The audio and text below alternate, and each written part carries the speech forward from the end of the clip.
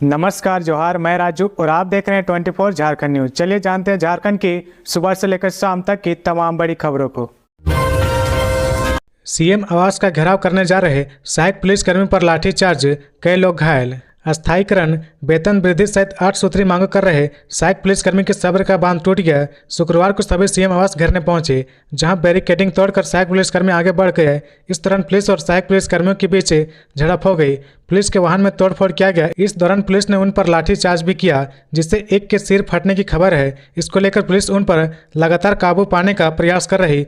आंदोलनकारी सड़क पर बैठ गए हैं। बता दें कि शुक्रवार को सुबह सहायक पुलिसकर्मी और सरकार के बीच वार्ता हुई, जिसमें सहायक पुलिसकर्मियों का अनुबंध 1 साल बढ़ाने और पुलिस बहाली में आरक्षण देने पर सहमति बन गई।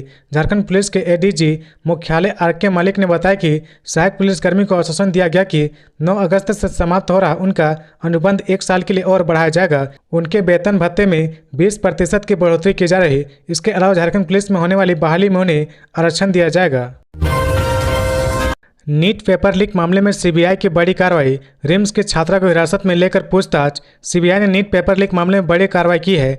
रांची रिम्स के एक छात्रा को हिरासत में लिया गया है। छात्रा पर पेपर लीक करने का आरोप है। सीबीआई ने रांची रिम्स में फर्स्ट ईयर की छात्रा सुरभि कुमारी को हिरासत में लिया है। सीबीआई की टीम को यह जानकारी मिली थी कि रांची के रिम्स की फर्स्ट ईयर की छात्रा सुरभि कुमारी सोलबर गैंग में शामिल है। जानकारी मिलने के बाद गुरुवार की देर रात सीबीआई की टीम ने रिम्स हॉस्टल में अपनी दबिश दी। रिम्स के गर्ल्स हॉस्टल में जाकर टीम एमबीबीएस फर्स्ट ईयर की छात्रा सुरभि को अपने साथ ले गई। सीबीआई रांची में छात्रा से पूछताछ कर रही है। छात्रा झारखंड के रामगढ़ जिले के रहने वाली है। सीबीआई को जानकारी मिली थी कि नीट पेपर लीक मामले में वह सोलबर गैंग में शामिल थी। पटना में हुई गिरफ्तारी के बाद सुरभि का नाम भी सामने आया है।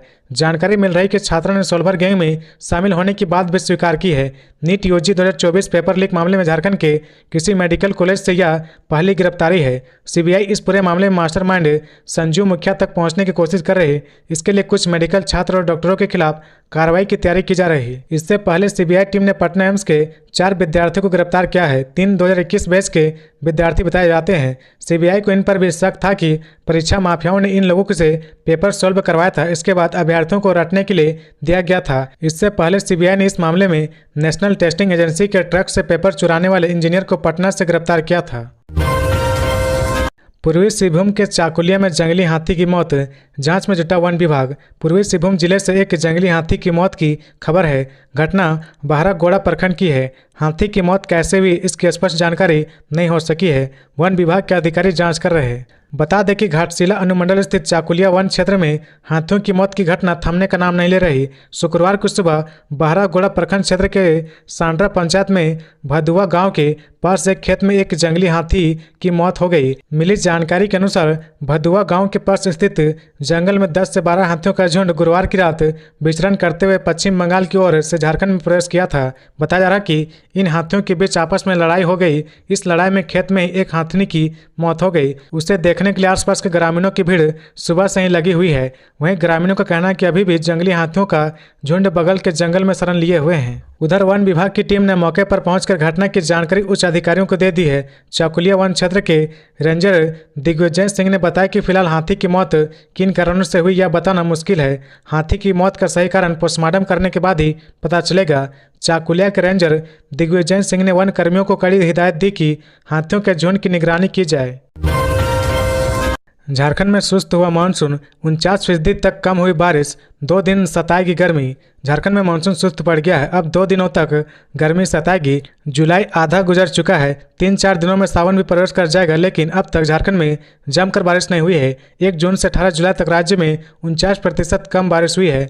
मौसम विज्ञान केंद्र के अनुसार बंगाल की खाड़ी में निम्न दबाव वाला क्षेत्र बन गया, जो झारखंड को हल्का छूते हुए उड़ीसा तट की ओर बढ़ रहा। वहीं दूसरी साइक्लोनिक टर्फ जैसलमेर गोपालपुर होते हुए पश्चिम बंगाल की ओर बढ़ रहा। यह भी झारखंड के बगल से गुजर रहा, जिससे झारखंड में लगभग सभी जिलों में बादल छाए रहने तथा 20 से 23 जुलाई तक हल्के से मध्यम दर्जे की बारिश के आसार हैं। इधर नम हवा के साथ धूप की तपिश उमस भी बढ़ा सकती है। खासकर राज्य के उत्तरी भाग में इसका ज्यादा असर देखने को मिलेगा। मौसम विभाग के अनुसार राज्य के विभिन्न हिस्सों में अधिकतम तापमान 2 से 4 डिग्री तक बढ़ गया है। वहीं न्यूनतम तापमान भी सामान्य से 1 डिग्री ऊपर चल रहा है। खबरों में आगे बढ़ने से पहले अगर अभी तक आपने इस चैनल को सब्सक्राइब नहीं किया तो प्लीज सब्सक्राइब कर ले, जिससे झारखंड की हर छोटी सी बड़ी खबर की अपडेट आप तक पहुंचता रहे। गलत ढंग से सीएम फेलोशिप लेने पर 12% चक्रवृद्धि ब्याज के साथ होगी राशि की वसूली।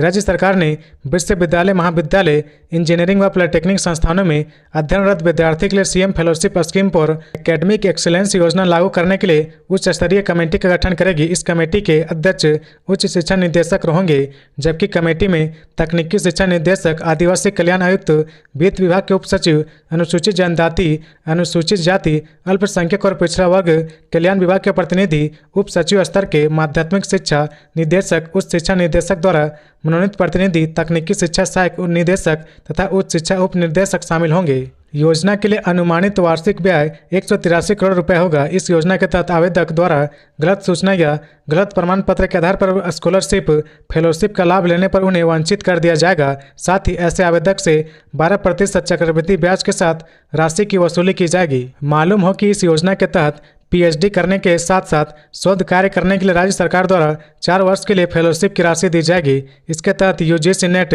CSIR नेट परीक्षा उत्तीर्ण होने के बाद पीएचडी इंजीनियरिंग के लिए गेट उत्तीर्ण के नामांकन लेने पर 25,000 रुपये प्रति माह दर से राशि प्रदान की जाएगी। जबकि झारखंड पात्रता परीक्षा जेट उत्तीर्ण के बाद पीएचडी करने पर छात्र को प्रति माह 22,500 रुपये मिलेंगे। छात्र को झारखंड राज्य का स्थानीय निवासी का प्रमाण पत्र देना होगा।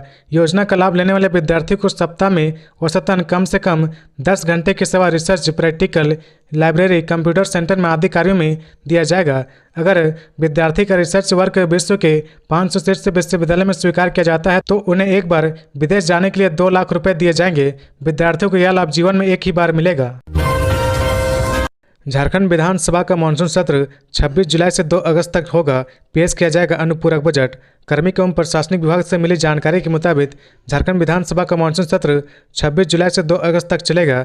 2 अगस्त तक चलने वाले झारखंड विधानसभा के मानसून सत्र के दौरान 27 और 28 जुलाई को शनिवार और रविवार होने की वजह से सदन की कार्रवाई नहीं होगी, जबकि 29 जुलाई को विधानसभा में सरकार के द्वारा अनुपूरक बजट पेश किया जाएगा।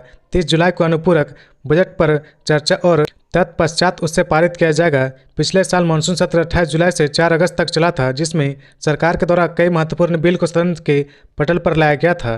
झारखंड विधानसभा का मानसून सत्र इस कार्यकाल के अंतिम सत्र होगा।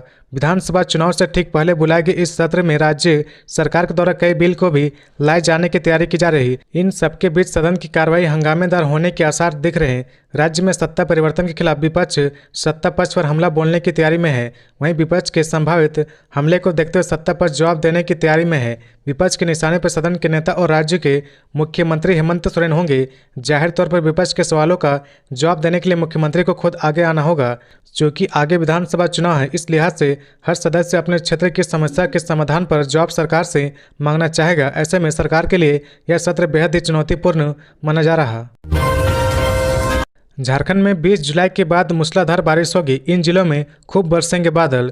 झारखंड में 20 जुलाई के बाद मूसलाधार बारिश होने की उम्मीद है। मौसम विभाग की ओर से भारी बारिश का अलर्ट जारी किया गया है। विभाग की ओर से कहा गया कि झारखंड के दक्षिणी हिस्सों और कोल्हन में तेज बारिश के आसार है। बता दें कि झारखंड में कम हो रही बारिश की वजह से लोग भीषण गर्मी से परेशान है। रांची सहित राज्य के कई जिलों में इसका असर दिखने लगा है। मौसम वैज्ञानिक अभिषेक आनंद ने बताया कि मानसून टर्फ और साइक्लोनिक सर्कुलेशन दोनों ही कमजोर हुए हैं। इस वजह से इन दिनों अच्छी बारिश नहीं हो रही। 20 जुलाई के बाद राज्य के जिन इलाकों में भारी बारिश होगी उसमें झारखंड के दक्षिणी हिस्से शामिल है। कोल्हन में तेज बारिश के आसार है। मौसम विभाग ने भारी बारिश को लेकर अलर्ट जारी किया है। केंद्रीय गृह मंत्री अमित शाह 20 जुलाई को आएंगे रांची।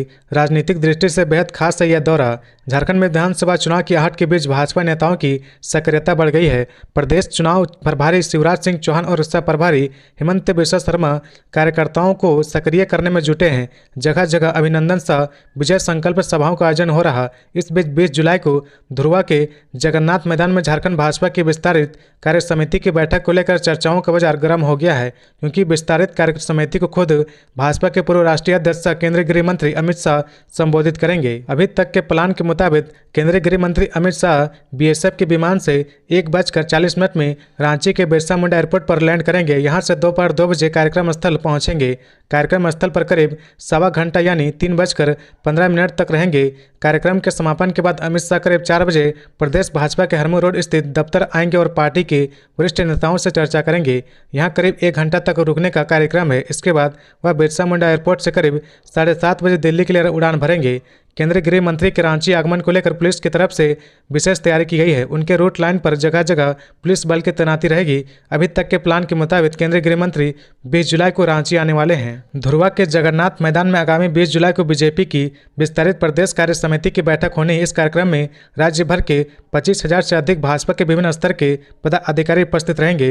विधानसभा चुनाव की कमान संभालने वाले केंद्रीय मंत्री और मध्य प्रदेश के पूर्व मुख्यमंत्री शिवराज सिंह चौहान और असम के मुख्यमंत्री हेमंत बिस्वा शर्मा के साथ प्रभारी लक्ष्मीकांत वाजपेयी भी मौजूद रहेंगे।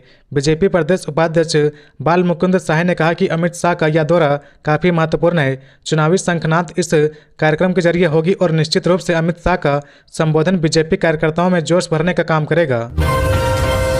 हेमंत सोरेन ने 1503.62 लाख रुपए की प्रशासनिक स्वीकृति दी। यहां खर्च होगी राशि। सीएम हेमंत सोरेन ने रंकीनी मंदिर जादूगोड़ा के पास स्थित स्थलों के विकास के लिए कुल 1503.62 लाख रुपए की प्रशासनिक स्वीकृति प्रदान की है। सीएम ने प्रस्ताव एवं तथ्य संबंधी योजना प्राधिकृत समिति के लिए प्रारूप पर अनुमोदन प्रदान किए हैं। सीएम हेमंत की ओर से इस प्रस्ताव का अनुमोदन वित्तीय वर्ष 2024-25 से 2025-26 तक कार्यान्वित की जाने वाली है। अधिसूचित वन भूमि पर वृक्षारोपण एवं भू संरक्षण योजना अंतर्गत किया गया है।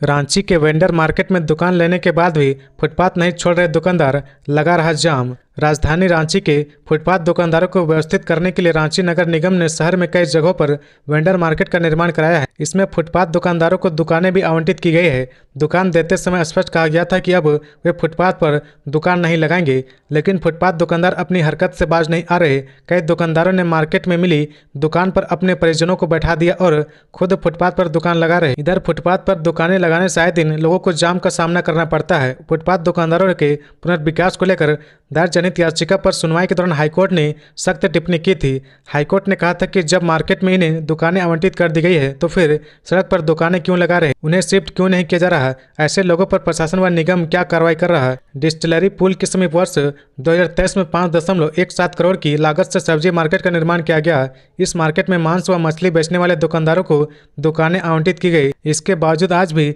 सड़क किनारे खुलेआम मांस मछली की दुकानें सज रही। इसी मार्केट के ऊपर 79 लाख की लागत से शेड बनाया गया, लेकिन इसमें जाने के लिए सब्जी दुकानदार तैयार नहीं है।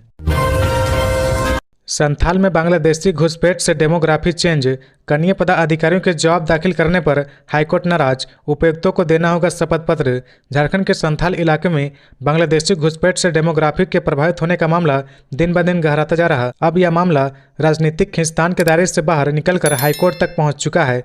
बांग्लादेशी घुसपैठ से जुड़ी जनहित याचिका पर सुनवाई करते हुए झारखंड हाईकोर्ट के मुख्य न्यायाधीश विद्युत रंजन सारंगी और जस्टिस श्वेत नारायण प्रसाद की अदालत ने इस बात पर कड़ी नाराजगी जताई है। कोर्ट ने पूछा कि पिछली सुनवाई में संथाल के सभी 6 जिलों में उपायुक्तों को शपथ पत्र के जरिए रिपोर्ट मांगी गई थी, तो फिर उनकी जगह कनीय पदाधिकारियों ने कैसे रिपोर्ट दे दी। यह कहते हुए खंडपीठ ने कनीय पदाधिकारियों के शपथ पत्र को खारिज कर दिया। साथ ही संथाल परगना प्रमंडल के दुमका, पाकुड़, साहिबगंज, जामताड़ा, देवघर और गोड्डा के डीसी को फ्रेश शपथ पत्र दायर करने को कहा। झारखंड हाईकोर्ट के अधिवक्ता धीरज कुमार ने बताया कि पिछली सुनवाई के दौरान हाईकोर्ट ने निर्देश दिया था कि संबंधित 6 राज्यों के डीसी और एसपी की रिपोर्ट को खुद मुख्य सचिव खुद मॉनिटरिंग करेंगे, लेकिन शपथ पत्र को उपायुक्त के बजाय कनीय पदाधिकारी के हवाले के से दायर कर दिया गया।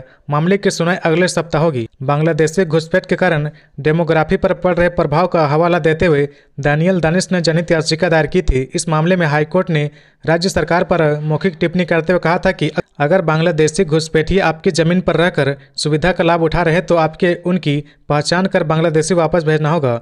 याचिका के मुताबिक संथाल के इन जिलों में बांग्लादेशी घुसपैठ हुआ है। यहाँ आने के बाद बांग्लादेशी यहीं के आदिवासी लड़कियों के साथ शादी कर लेते हैं। इससे डेमोग्राफी पर असर पड़ रहा है। याचिका के मुताबिक केंद्र सरकार को बताना चाहिए कि बॉर्डर से घुसपैठ कैसे हो रहा। दरअसल इस मामले को मुख्य विपक्षी दल भाजपा जोर शोर से उठा रही। भाजपा की दलील है कि घुसपैठ को नहीं रोका गया तो आने वाले समय में संथाल में आदिवासी खोजना मुश्किल हो जाएगा।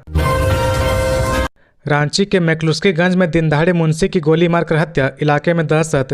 रांची जिले के मैक्लुस्कीगंज थाना क्षेत्र के बरसिया हुरहु टोले में 40 घंटे बाद फिर गोली चली है। अपराधियों ने मुंशी भूपेंद्र यादव की गोली मारकर हत्या कर दी। भूपेंद्र को बेटे उदय यादव के सामने 4-5 गोलियां मारी गई। यह घटना गुरुवार की दोपहर लगभग 12:30 बजे की बताई जा रही। पुल निर्माण स्थल की पश्चिम दिशा की ओर से पहुंचे 2 अपराधियों ने छोटे बड़े हथियार से तबाड़तोड़ फायरिंग की और साइट पर काम कर रहे मुंशी भूपेंद्र यादव की गोली मारकर हत्या कर दी। सूचना मिलते ही ग्रामीण एसपी सुमित कुमार अग्रवाल मौके पर पहुंचे और मामले की जानकारी ली। मुंशी की हत्या को लेकर प्रत्यक्षदर्शियों की माने तो एक लंबे कद का अपराधी नकाबपोश था, उसी ने मुंशी को गोली मारी है। घटना को अंजाम देने के बाद अपराधी हथियार लहराते हुए वापस उसी रास्ते से जंगल की ओर चलते बने। घटना के बाद पहुंची पुलिस ने भूपेंद्र यादव को अस्पताल भिजवाया, जहां मुंशी को डॉक्टर ने मृत घोषित कर दिया। रांची के ग्रामीण एसपी सुमित कुमार अग्रवाल सूचना मिलने पर घटनास्थल पर पहुंचे। डीएसपी खलारी RN चौधरी सहित अन्य पुलिसकर्मी घटनास्थल पर उनके साथ थे। पुल निर्माण स्थल पर कार्यरत मजदूरों से घटना की पूरी जानकारी ली गई।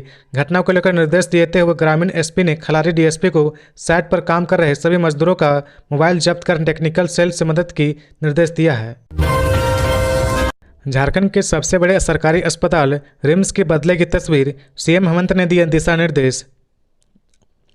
झारखंड के मुख्यमंत्री हेमंत सोरेन ने गुरुवार को झारखंड मंत्रालय में स्वास्थ्य, चिकित्सक, शिक्षा एवं परिवार कल्याण विभाग के प्रधान सचिव अजय कुमार सिंह से मुलाकात की। उन्होंने रांची स्थित रिम्स राजेंद्र आयुर्विज्ञान संस्थान के पुनर्विकास एवं विस्तार से संबंधित प्रस्तावित कार्य योजना की जानकारी मुख्यमंत्री को दी। सीएम ने विभागीय प्रधान सचिव को इस बाबत कई महत्वपूर्ण निर्देश दिए।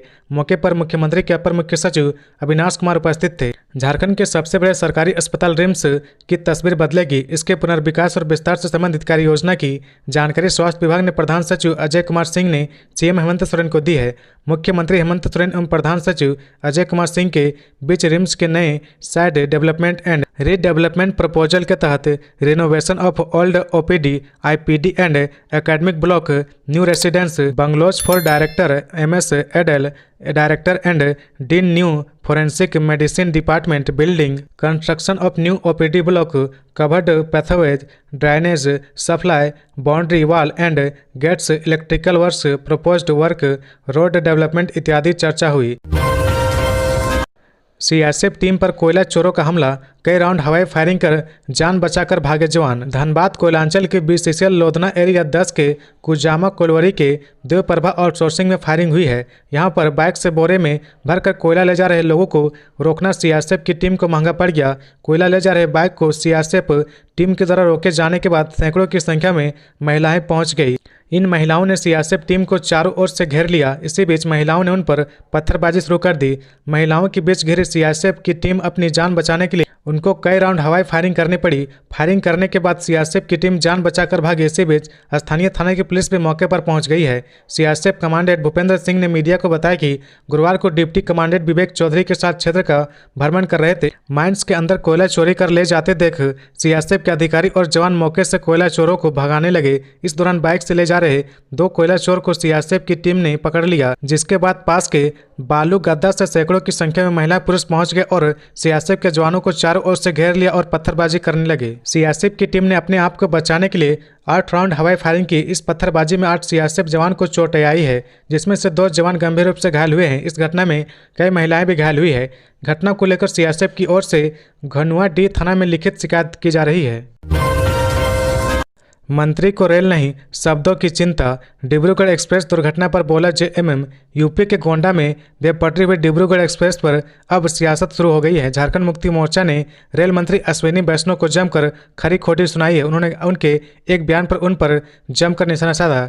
JMM ने अपने सोशल मीडिया एक्स पर पोस्ट कर लिखा कि रेल मंत्री को रेल की चिंता नहीं, उन्हें शब्दों की पड़ी है। शब्दों से फुर्सत मिलते ही रेल बनाना और चुनाव प्रभारी की भूमिका में लग जाना पड़ता है। JMM ने अपने सोशल मीडिया हैंडल पर पोस्ट कर लिखा कि रेल मंत्री को रेल की चिंता नहीं, उन्हें शब्दों की पड़ी है। असम के CM बाढ़ में जनता को मरता छोड़ रिसोर्स के लिए झारखंड घूमते हैं। कृषि मंत्री को किसानों की सुध लेने की फुर्सत नहीं, क्या ऐसा ही तनाशाह देश चलाएंगे? 1 करोड़ की इनामी नक्सली की पत्नी जिया को भेजा गया रिम्स, कैंसर से पीड़ित है। केंद्रीय कारा में बंद 1 करोड़ की इनामी नक्सली प्रयाग मांझी की पत्नी जिया उर्फ चिंता को बेहतर इलाज के लिए रांची स्थित रिम्स भेज दिया गया है। इससे पहले गुरुवार की दोपहर में जिया को भारी सुरक्षा व्यवस्था के बीच सदर अस्पताल लाया गया था। यहाँ चिकित्सक ने उसकी प्रारंभिक जाँच की। जाँच के बाद जिया को अस्पताल में भर्ती कर लिया गया, फिर रांची रेफर कर दिया गया। जिया कैंसर से पीड़ित है और इलाज करवाने के क्रम में उसे गिरिडीह पुलिस ने गिरफ्तार किया था। गिरफ्तारी के बाद जिया को गिरिडीह कोर्ट में पेश किया गया। न्यायालय से इसे 14 दिनों की न्यायिक हिरासत में जेल भेज दिया गया था। जेल में उसकी तबीयत को देखते हुए गुरुवार को इलाज के लिए सदर अस्पताल लाया गया था। दूसरी तरफ कई नक्सल कांड की अभियुक्त जिया को सहयोग देने और छिप कर इलाज करवाने के आरोप में बिहार के जमुई जिले अंतर्गत सिकंदरा थाना इलाके के निवासी शोभाकांत पांडे, पिता श्रीकांत पांडे और गिरिडीह जिला अंतर्गत जमुआ थाना क्षेत्र के गनियाडीह निवासी पार्वती हंसदा उर्फ पारो के खिलाफ खुखरा थाने में धारा 253(3)(5) BNS के तहत प्राथमिकी दर्ज करते हुए जेल भेजा गया। यह भी बता दें कि यहाँ दोनों जिया को छिपा कर रखे हुए थे और इलाज करवा रहे थे। खुखरा थाना पुलिस ने इसकी पुष्टि की है। 2 समूहों के बीच हुई झड़प की जांच करने महुदी पहुंचे बीजेपी के नेता।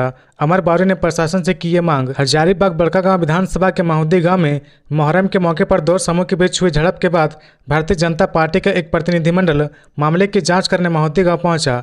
प्रतिनिधिमंडल में नेता प्रतिपक्ष अमर बावरी, हजारीबाग सांसद मनीष जायसवाल, हटिया विधायक नवीन जायसवाल, राजमहल विधायक अनंत ओझा, गोड्डा विधायक अमित मंडल, विधायक आलोक चौरसिया, विधायक किशुन दास, जमुआ विधायक केदार हजारा, बीजेपी प्रदेश के उपाध्यक्ष राजेश प्रसाद, हजारीबाग जिला अध्यक्ष विवेकानंद सिंह एवं अन्य पदाधिकारी उपस्थित थे। बीजेपी प्रतिनिधिमंडल को महुदी के ग्रामीणों ने बताया कि जिस तरह से मुस्लिम समाज को जुलूस निकालने का लाइसेंस राज्य सरकार दे रही है, वैसे ही हिंदू समाज को भी दे। महुदी के ग्रामीणों को संबोधित करते हुए नेता प्रतिपक्ष अमर कुमार बावरी ने कहा कि भारत में आज भी आज़ादी के बाद से संविधान के आधार पर कानून व्यवस्था चलाई जा रही, लेकिन जब से झारखंड में झामुमो कांग्रेस और राजद की सरकार आई है, तब से यहाँ की कानून व्यवस्था ध्वस्त हो चुकी है। जिला प्रशासन सरकार के दिशा निर्देश पर हिंदू समाज को प्रताड़ित करने का कोई मौका नहीं छोड़ती है। वहीं एक विशेष समुदाय को खुश करने और तुष्टीकरण की राजनीति करते हुए यह सरकार उसके पक्ष में सभी कार्य कर रही है। हजारीबाग सांसद मनीष जायसवाल ने कहा कि महुदी की जनता शांतिप्रिय जनता है। हिंदू समाज के लोगों ने ही अपनी जमीन कब्रिस्तान के लिए दिया है। ऐसे में कोई भी ग्रामीण अपने गाँव का सौहार्द नहीं बिगाड़ना चाहते हैं। वज्रपात से क्षतिग्रस्त मंदिर के निर्माण के लिए मंत्री ने दिया सहयोग। गढ़वा मेराल प्रखंड के अटोला स्थित शिव मंदिर का गुंबद वज्रपात से क्षतिग्रस्त हो गया। इसके निर्माण के लिए गुरुवार को गढ़वा विधायक झारखंड सरकार के पेयजल एवं स्वच्छता मंत्री मिथिलेश ठाकुर ने मंदिर समिति को सहयोग राशि प्रदान किया है। मंत्री ठाकुर ने मंदिर में पहुंचकर पूजा अर्चना की। समिति के लोगों ने मंत्री का स्वागत किया। मंत्री मिथिलेश ठाकुर ने कहा कि प्राकृतिक आपदा से अक्सर नुकसान होता है। यहाँ के लोगों ने इस बात की जानकारी दी है। मैंने बिना देर किए मंदिर के क्षतिग्रस्त भाग का निर्माण कराने की बात कही थी। उन्होंने कहा कि क्षतिग्रस्त मंदिर के क्षतिग्रस्त भाग का बेहतर तरीके से निर्माण किया जाए, वे पूरा सहयोग करेंगे। मौके पर झामुमो के केंद्रीय प्रवक्ता धीरज दुबे, जिला अध्यक्ष तनवीर आलम, सचिव मनोज ठाकुर, महिला मोर्चा जिला अध्यक्ष रेखा चौबे, विधायक प्रतिनिधि चंदन साहू, ओम प्रकाश गुप्ता, रेखा चौबे, दीपमाला, पीयूष तिवारी, सौरभ दुबे, अंकित तिवारी, राजीव तिवारी, उमा तिवारी, कैल तिवारी आदि लोग उपस्थित थे।